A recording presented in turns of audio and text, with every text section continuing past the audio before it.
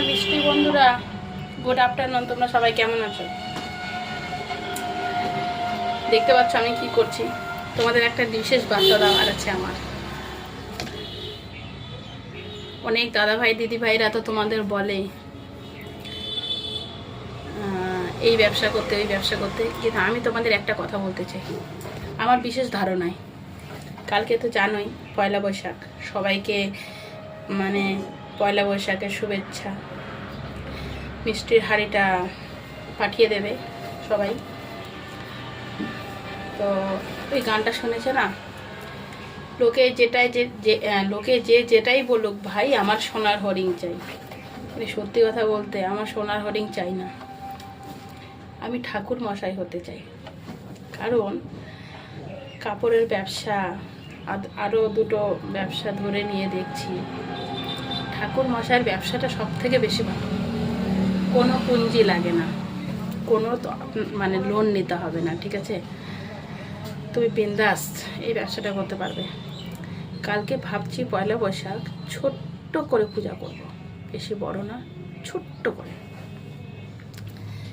কিন্তু কি বলবো বন্ধুরা, ঠাকুর মশাই আমি পাচ্ছি না। ঠাকুর মশাই বলছে যে হবে না, কালকে আমি 4টার দিকে বেরিয়ে যাব, রাত্রি 8টা-9টায় আসবো। কাউকে বলছি, উনিও বলছে, আর অন্য কেউ ফোন করছে, বলছে উনিও বলছে কালকে মঙ্গলচণ্ডী পূজা, কালকে পয়লা বৈশাখ, কালকে খুব ব্যস্ত। তোমাদের বলছি ঠাকুরমশাই, এসে তো একটু বেল পাতায় নামো, কলা পাতায় নামো, তুলসী পাতায় নামো, তো এত হ্যারেসমেন্ট করাচ্ছ আমাদেরকে। আমি এখন কাজ করব না এখন ঠাকুর মশাইয়ের পেছনে ঘুরবো? তোমরাই বলো তো।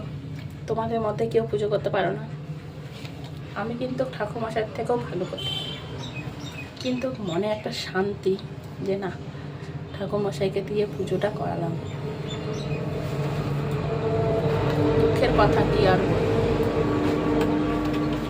তাই বলছি তোমাদের মধ্যে কেউ পুজো করতে পারো বা না, যদি করতে পারো না তাড়াতাড়ি শিখে নেবে, একদম সহজ কাজ।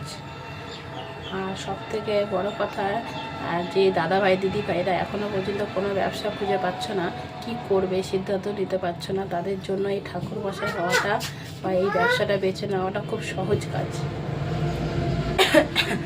তাই বলছি তোমরা এখনও ভেবে চিনতে সিদ্ধান্ত নিও।